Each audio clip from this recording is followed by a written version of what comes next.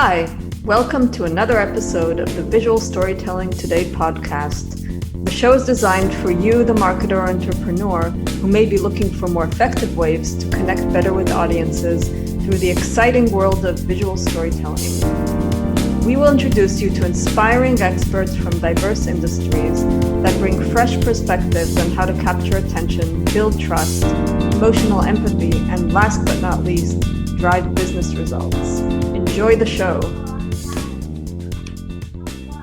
Hi, my name is Shlomi Ron. I'm the CEO of the Visual Storytelling Institute based here in sunny Miami, Florida.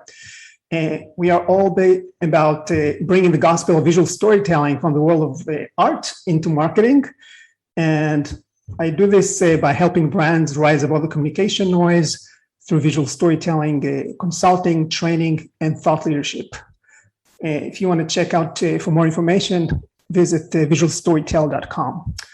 Today's topic is something that I'm really excited about. You know, when you think about visual storytelling, it could be pretty much any media format, from infographics, videos, to even VR. You know, the design style is very important.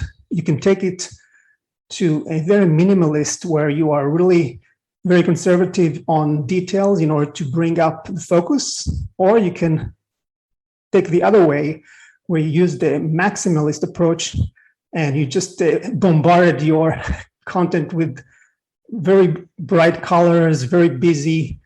If you think about, you know, the surfing or the grunge culture, these are all kind of maximalist examples. So to help me out with this exciting topic of what is minimalist video, I have a very great guest today. He's really one of the dominant voices in content marketing, visual storytelling, brand storytelling. I'm super excited to have George Hammer, the former Chief Content Officer of IBM. Welcome to the show, George.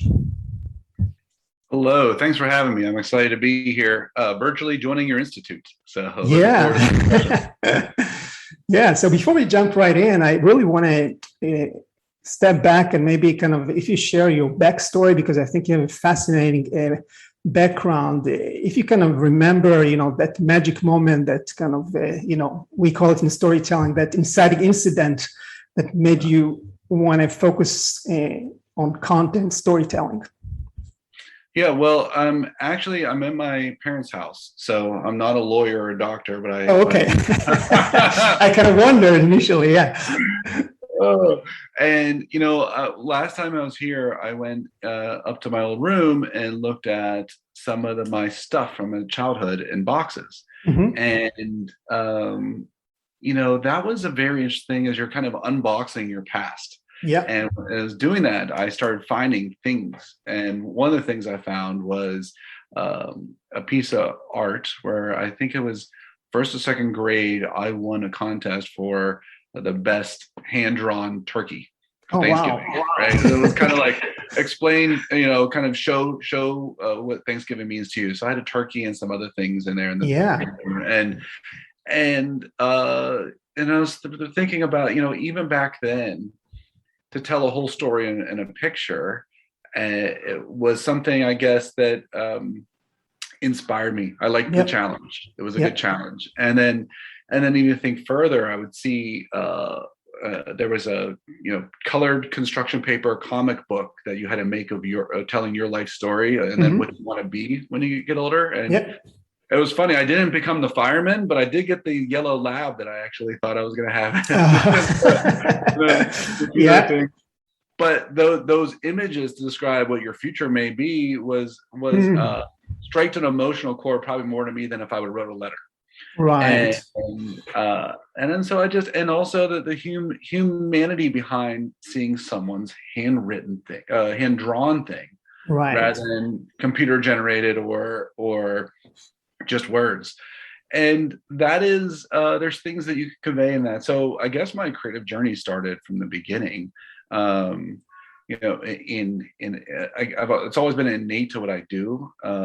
But everyone's forced to take handwriting classes, English and all literature, and you read books. And I think over time you spend more time focused on the written word than the actual design aspect of storytelling, and that's a shame. But what I loved about how I kind of was shocked back into thinking about this differently is when I was taking improv classes living in Chicago. A lot of the exercises in training and developing is doing things that doesn't have words. Like guided imagination, probably, right? Yeah. There was one exercise I distinctly remember, which is two people stand on opposite sides of rooms, and the closer you get to each other, based upon your expression and look at each other, your emotions go from like a 0 to a 10. And so you have to go up and down the emotions, and you're telling a whole story and relating to other people based upon the way you look at each other. And that was a tough challenge. But then it made me realize that there's so much. People would sit there and watch this for like a minute and a half unfold, and you're like, wow. So I think that's powerful. And then I translate that to when I started. I was working for Mayor Bloomberg for a couple of years in New York City. Oh, interesting. helping turn around New York City public schools. At that point, I realized that the good teachers were having a tough time finding jobs, and they changed jobs every 2 years. And in fact, many of them actually left the profession because of this. And I wanted to find a way to help good teachers stay, because our kids changing the story, right? Yeah. So myself and a few other people pitched a new venture idea. We raised some funds, and we launched this company, which was a LinkedIn for K through 12. And it did really well. And that was the point where not only did I have to use storytelling to just, tell stories, but I actually had to do it to acquire an audience, because there was business implications behind it and money behind it, right? Exactly. And so that's when I learned the power of testing, but I also learned the power of that not just words matter, but colors matter. The softness, everything to a brand identity and aesthetics kind of matter. Absolutely. And it mattered for acquisition, which is all the performance marketers out there think about. Right. But it matters for long-term brand building and engagement. And so that was, the next stage of my creative journey. Got it.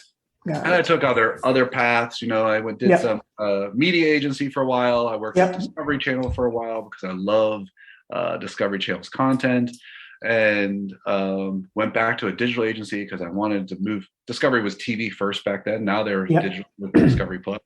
Well, I wanted to become a digital expert, so I went to Digitas, and I ended up at IBM because IBM was a company that, and still is a company, with an amazing 110-year plus story. Absolutely. But for some reason the brand was losing, and I think you need to refresh the story. Right. So, but it has amazing staying power. It has a great brand, and it has people behind it that care. Yeah, and if for sure. Good people, all right, I must have won the lottery there. So so there's good people behind something. That's there was an opportunity there, I think, to help. And so and you build pretty much the entire content organization for IBM, which is quite amazing. And I can attest, as a former IBMer myself, I know, how it's like to work in the corporate headquarters and kind of branching between the software side to the hardware side, and creating really meaningful content, SMEs, and all that operations with vendors and global teams. It's really fascinating dynamics, I think. Well, the interesting thing about a brand that does services as well, you're selling people on top of products, right? And so those people are some of your best storytellers, and they're actually a distribution vehicle for you too. And so we didn't have a content practice. We had a bunch of people making stuff, right? And I didn't want to just turn that off completely, because those people represent the brand. So first we try to just set the standard for greatness and inspire people to follow that greatness, train and enable everyone. and then start building up the practice of expertise, so that when people saw that that I could work with this team over here to build great content, and that they're not just taking it away from me, they're working with me to make it, then that created that flow of that makes sense, partnership between global businesses and geos, because in a company with 360,000 employees, I'm sure many of the other people who work in companies out there have the same issue. There's this weird silos and competition between those three different groups, and that dynamics has lasted the test of time, but it's destructive when it comes to storytelling for a brand. Yeah, and also I know that there's also you mentioned the NGOs, the GOs, that basically you need to also localize your content. That's another challenge. It's you coming with the idea at the global level, but you need to localize it. So there's a lot of work with the local teams to make it happen. Well, and a great story globally, what might totally fall apart, obviously, visually, locally. We created a way to create localized creative at scale. I called it versioning as a service. Right. What would a world look like when a SaaS model applied to versioning content locally, but not just words or images, but context and everything. And that versioning as a service created a standardized menu and pricing and approach and time schedule. Because without that, our average time, sometimes in some countries, sometimes some countries it could take up to 47 days to localize a piece of creative. And that's ridiculous. And we were able to get it down to 5 to 10 days. That's amazing. And I think by focusing on it as a craft versus just making it part of everything else. Very cool. So before we kind of focus specifically on minimalist video, I always like to start with a typical question I ask all my guests, really at the first level. What is your definition for visual storytelling? Well, I think almost everyone, except for the people who can't see, almost everyone sees stories. And even other people see, but just using their other senses. So any type of storytelling is sensed and seen and felt. Visual storytelling is additive, and sometimes is the main way in which to convey story. So to me, my definition is a way to have defined characters and plot and make them stronger through using all the various mechanisms to tell stories, and visual being one of them. And visual, if you do ask 10 different people that, some might say, oh, it's infographics and graphic design. Other people might say, well, it's a video, and they go to format first. But I just think it as a visual storytelling is a component in which to convey a story across any medium. Awesome. No, I totally agree. I think I would even stretch it to say sometimes, even audio stories like podcasts consider visual stories, because you bring up the visuals in your mind, the theater of the mind. So you should not just reserve it to, the classic visual formats. 100% agree. I mean, I listen to podcasts. I watch podcasts. I listen to podcasts in the car on trips. Because it stimulates my mind, and I see things even while I'm staring at a boring road, a highway going across. So I think I'm not alone there, and I think if people, that's cool. You bring it up like that. I haven't heard anyone say it that way, but it is. It's a way. It should almost be like visual storytelling is a way in which stimulates visual images in your brain. No, it's amazing. So when we speak about minimalist video, let's say first set the stage. How do you define it? And I listened to a really great roundtable where you participated. I think it was a brand storytelling roundtable, where you talked about there are two types of content: those that are sales oriented and the other one, it's more artsy, high purpose. So maybe you can reference that in your definition. Let me yeah, I guess let me tell you about the challenge that we had at IBM. I don't know if it's unique to others out there, Yeah. but in the B2B world or at IBM, we have really great product marketers who spend a lot of time really understanding their audience, their product messaging, and we don't really have real deadlines. Our deadlines are driven by some PR deadline or GM speaking on stage announcing something. Right. I think Apple doing an announcement about a new phone, a new feature, a new thing. Yeah. And sometimes the product team is still changing what we're announcing or offering almost up to like the day of. Wow. And not all the time, but sometimes this happens. And so what I found is almost all marketers want to do great creative, great storytelling, great build a campaign they're proud of and show their kids and win awards on that type of stuff. Right. There's stuff that holds us back. And in many companies that are product led, that have yet to be brand and more audience led, more like the CPGs of the world. Yeah. There's a problem where it's like the time, it doesn't exist sometimes to do great storytelling.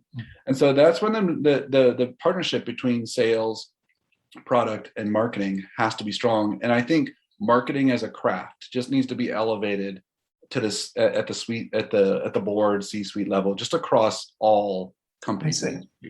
Just to have that ability to say, we're not going out with something just because we can. We should go out when it's ready, and we should.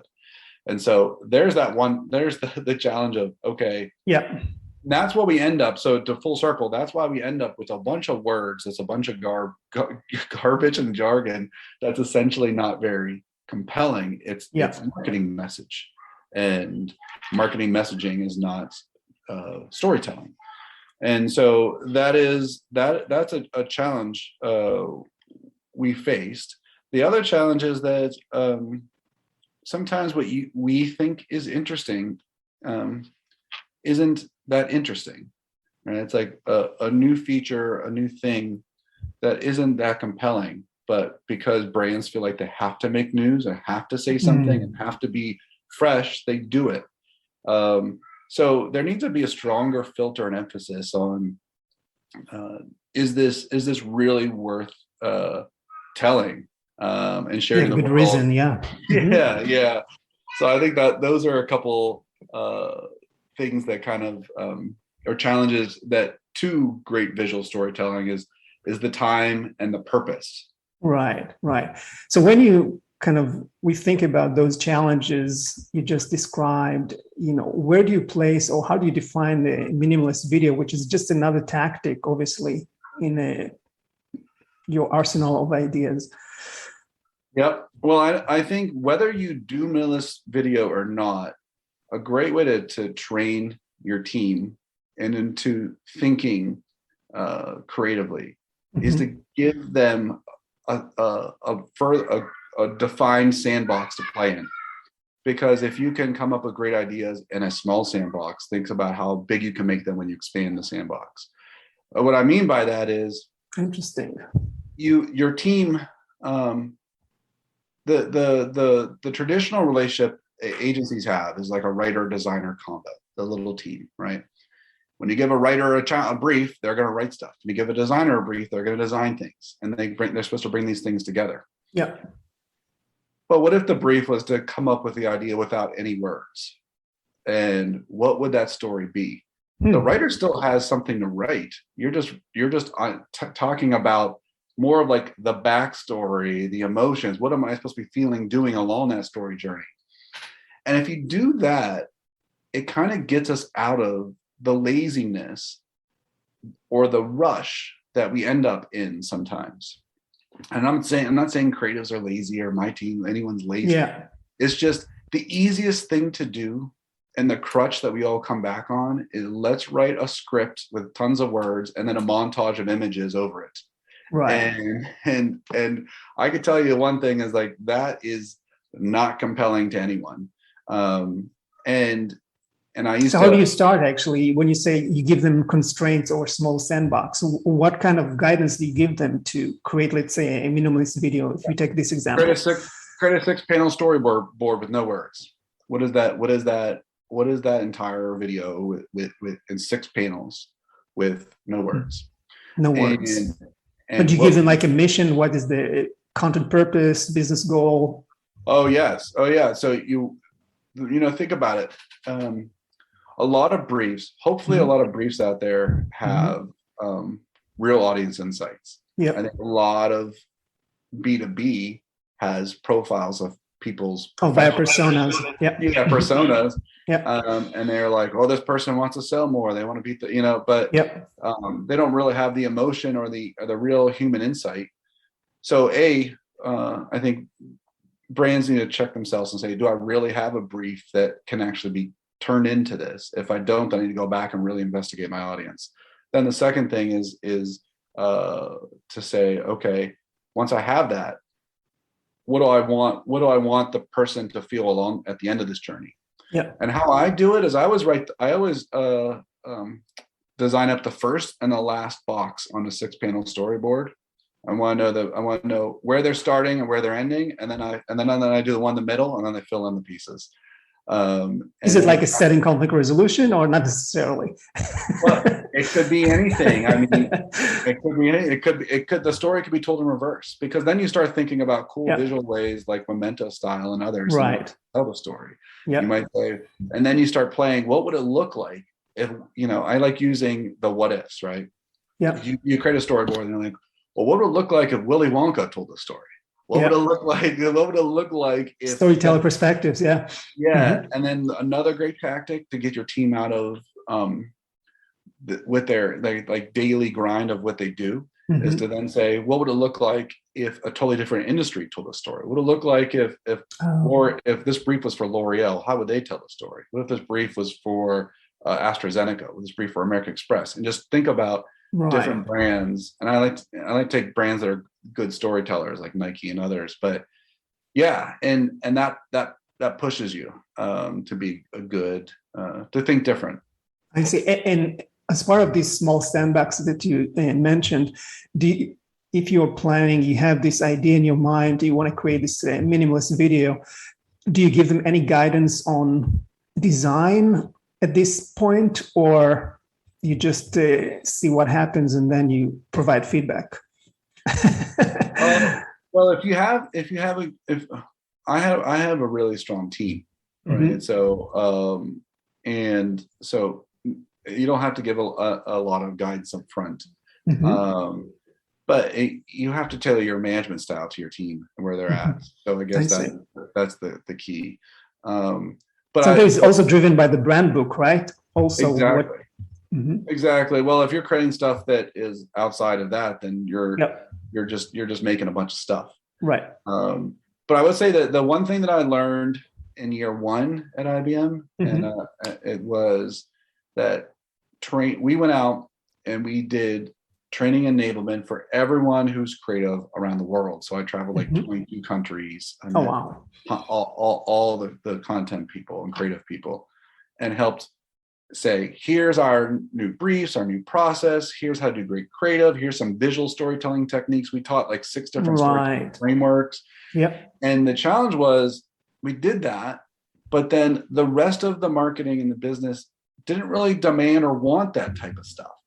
So what we should have done is brought the other marketers into those sessions to create the demand and the appreciation for that type of storytelling, so that they felt like they're a part of it. And so the next year, we opened up our creative showcase, our trainings and stuff to just any marketer, so that anyone who wants to learn the craft can. But you need to have you need to have product marketing, everyone kind of into it. Otherwise, if you have a creative team just developing a whole mindset you need to kind of distribute and let people get into, because it's fairly new, it's really crossing the lines from the entertainment world into marketing, and Yeah. Yep. So Yeah, I also think so. I went to it's new, I guess, in the video world, but it's not new because if you think of the Mad Men era when the win was a full page print ad or a billboard, yeah, it was an image with maybe 2 or 3 words because people are driving by. exactly. Right? Yeah. The classic one is the lemon one from Volkswagen, right? The Beetle. But it is so when I went to Cannes a couple of years ago, I walked around the winners for billboard and print and took pictures with my cell phone and brought that back to my team and did a festival of creativity showing them winners in that space and having them think about how we might apply those similar tactics to what we did. So we did a whole hour-long session on visual storytelling. I see. Lessons learned from those other groups. I mean, and because the same tactics they had to use, the same smaller sandbox they had, right, led to great work. There's no reason why we can't apply that same sandbox to today. No, absolutely. Yeah. So just to kind of visualize it in the minds of our audience a little bit, can you share maybe 1 or 2 example of minimalist videos you're really proud of? Yeah, well, I'll share first just to go back on the training aspect of it. Yeah.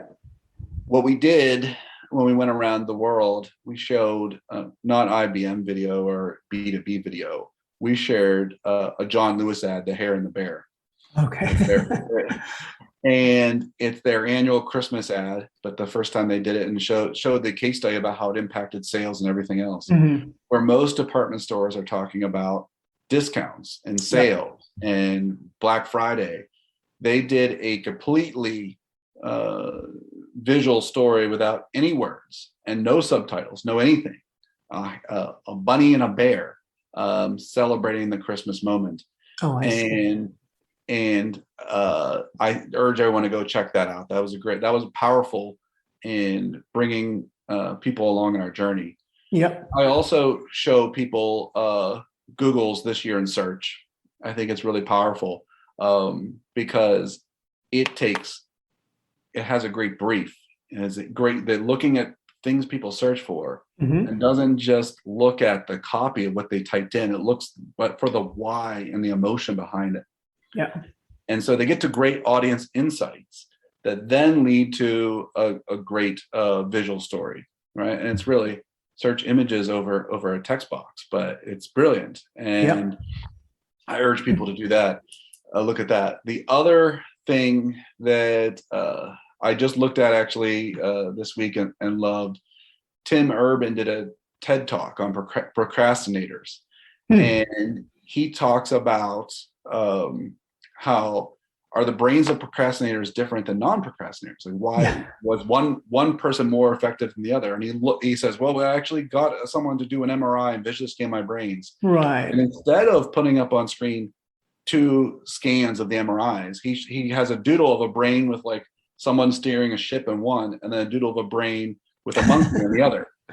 Yeah. Right. And then he uses doodles to bring it to life, and the audience was laughing, engaged, and you remember it. Yeah. And so I bring that forward to people to share with, because we like to overexpose, overshare. Oh yeah. Right. If it was an MRI, would I remember it? So just not all visuals are the same, and we don't have to show and tell every time, right? So I trust that he did the MRIs, but he actually showed a different visual representation of what he thought, what he interpreted. It's much more accessible, I think, and simple to understand, and it's fun. There's also the fun element, it's almost like a kid's kind of scribbling on paper. Yeah, exactly. So, we experimented with this a lot in our client storytelling. So there at IBM we have, all B2B exists on case studies. Yeah. Here's what we did. Here's what it led to. Yeah. And I think everyone thinks that those are like the key to selling. And even if you look at ROI metrics and stuff like that, they show that those are key. But I think that's true because we're really good at measuring those things. And that doesn't, and it doesn't mean just because they work that they work good enough that we can't be better. So what we did is started experimenting with different formats that tell those stories. What if the story was told via a pop-up storybook? Client story. Interesting. And so we created one. Yeah, we created one of those for Bradesco. How would you tell the whole Bradesco, which is a bank in South America, client story via pop-up storybook style?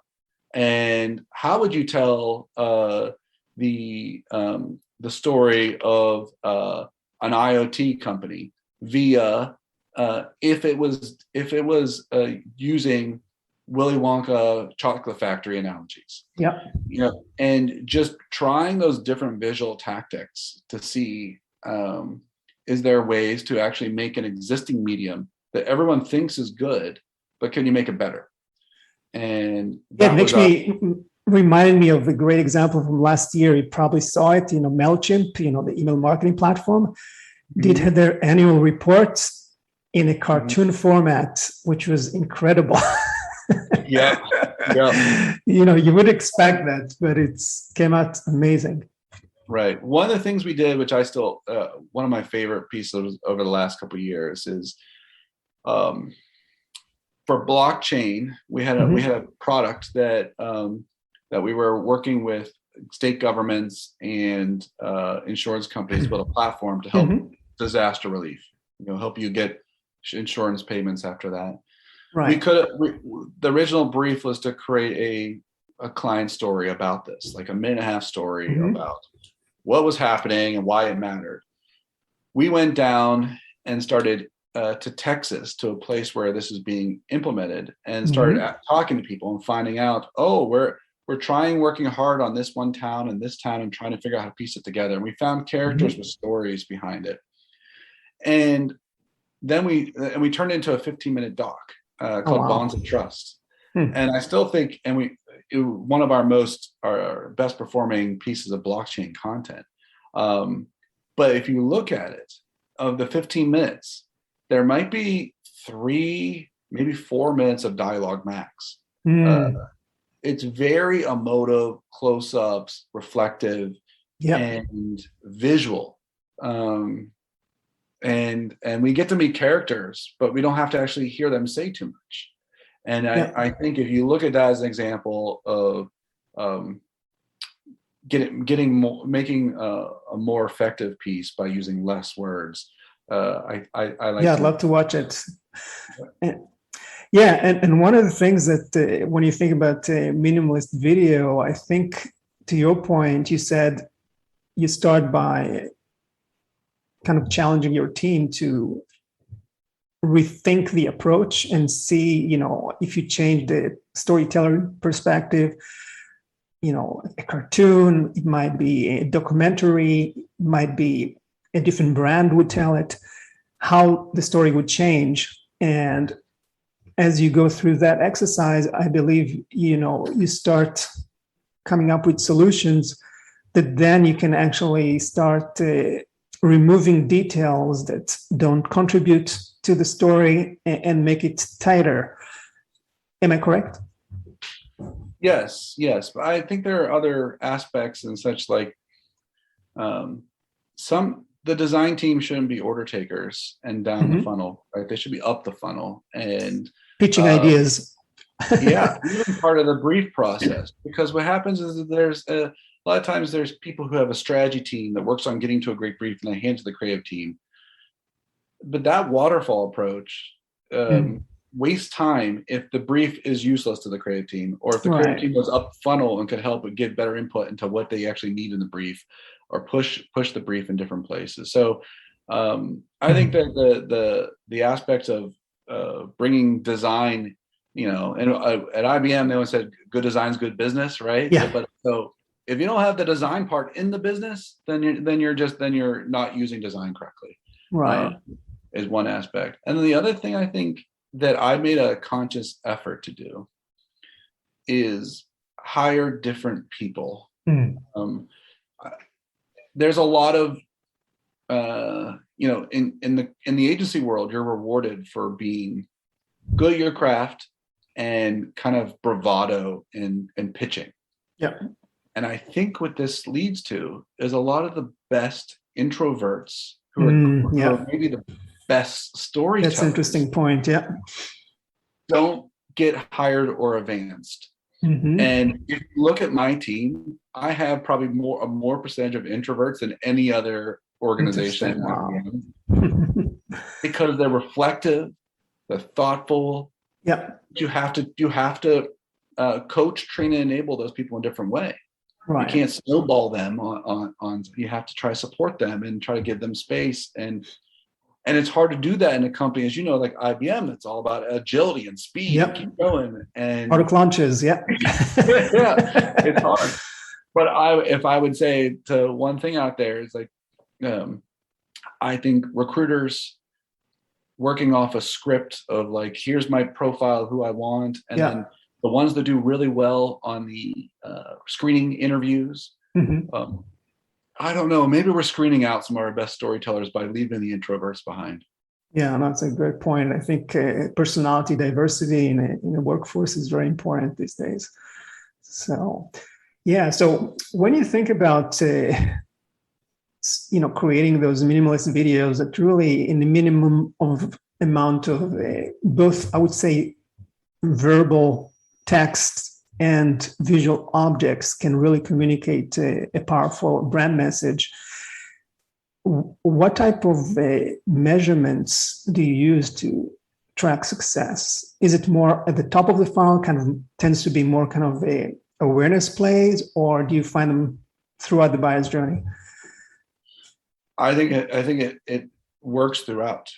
It works throughout. I will say though, the hardest thing to do to get right now is to get people to care about anything. People will read anything, but to get them to actually care and change minds or perspectives on anything. And so visual emotive storytelling does best at that upper funnel for sure. Yeah. If I already bought the thing and I need some post-sale support, then just give me the Craigslist style product catalog support. Just give, I don't need a lot of. So where it can work best, but maybe it's like the loyalty stage, the last stage where people are super jazzed, the happy customers. You can really arm them with those minimalist video where they can just kind of brag about their experiences. Yeah, but I also I pushed my team because you always need to delight your customers. So I pushed my team to say, hey, when we have a 404 page error, how is it amazing? How's an awesome delightful experience? How do we make people laugh and versus being upset? So I was inspired by other companies that did that too. But there's just I would look at every little touch point and say, like, how do we make this better? And because often what happens is people spend all their time upper funnel on making that stuff look great. And then sometimes when you get to big companies like IBM and others, we'll have completely different teams creating the stuff down. Yeah, it's more transactional, more salesy. Yep. And they're not as skilled in the craft sometimes. Yep. And I even moved on to look at our chatbots. So when you go to our e-commerce site and you want to start chatting and getting help, go through that experience on some of your websites and see if that is a good experience, or if it was all written by salespeople or support people, and is it how visual engaging is it, and how human is the messaging? But there's nothing better than to work in some visuals into those aspects as well. Absolutely, yeah. Before we close, I want to, since we are in a very challenging times, on so many aspects, climate change, pandemic, when you look at the business of visual storytelling, where do you see it's headed? So far we've seen several models emerge, the brand as a newsroom, brand as a film studio, brand as a media company. Where do you think it's all headed? Well, I think any brand who follows their competitors or just whatever an industry is moving is going to do the wrong thing unless they're lucky. I mean, not every brand should be a newsroom, but some should. Not every brand should build a studio, but some should. Yeah. There's brands like REI launched a studio, right? Yep. But they're an outdoor adventure company Makes that sense. has, it Yeah. makes sense for them. Or Patagonia. Yeah. Yeah. So the right model is, this is why if people are hiring a leader to lead these things and just assume that because they did thing in one place, it's copy another place. That's the wrong kind of leader. You need to have a leader who tailors their approach to what they do. So that's a tough question. I will say that the great thing about business and creative is, while there is a lot of copying that's unfortunate, there's also a lot of survival of the fittest. So whatever model is going to emerge and win, it'll be come from the big brands. it'll evolve to where it is. And I think the smaller startup brands will innovate it, and the big brands will scale it, copy and scale it. But the best big brands out there right now are the ones who are leading. And look at Salesforce. It's an amazing story. Yeah, I was reading about it. Yeah, Salesforce is launching Salesforce Plus. I worked with John Awada, who was my CMO 4 years ago. We had that same vision for IBM. For streaming services, for those of you who have not heard the news. So. Right. But it's hard for big companies to quarterly sales goals and all these other things, so they can take more of those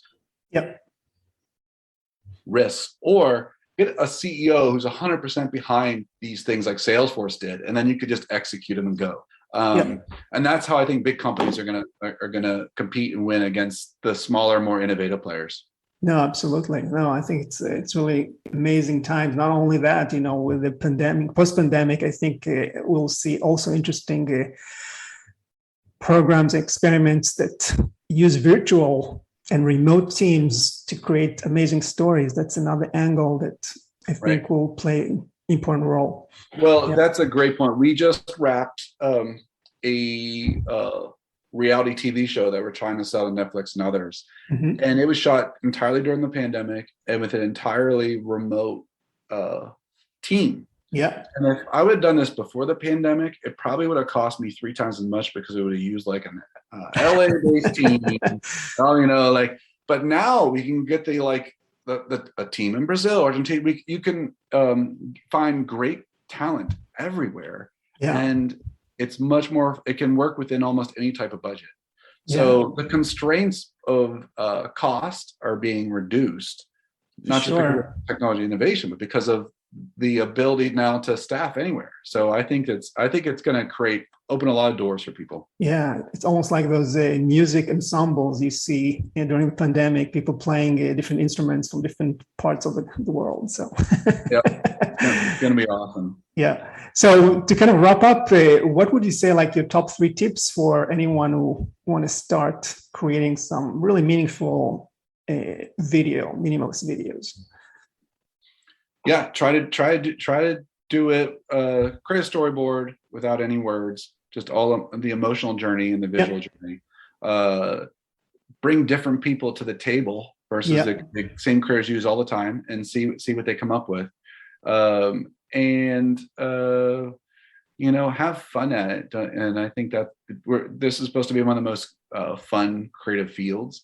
Yeah. And so I think fun unlocks creativity, and and that will just kind of make it work. Brilliant. Thank you so much, George. I really had an amazing time, chatting with you. And if anyone has any questions for you, how they can reach out. Yeah, just message me on LinkedIn, and I'm happy to answer any questions about anything. Awesome. Thank you so much again, George. This has been incredible. I really enjoyed it. I learned a lot. And all of you watching or listening, see you in the next episode of Visual Storytelling Today podcast. Thank you. Visual Storytelling Today is recorded in Miami, Florida. The show is published exclusively by Visual Storytelling Institute. Learn more at visualstorytell.com. You can subscribe to this podcast on the iTunes Store. Until next time, don't let your big story wait to be told.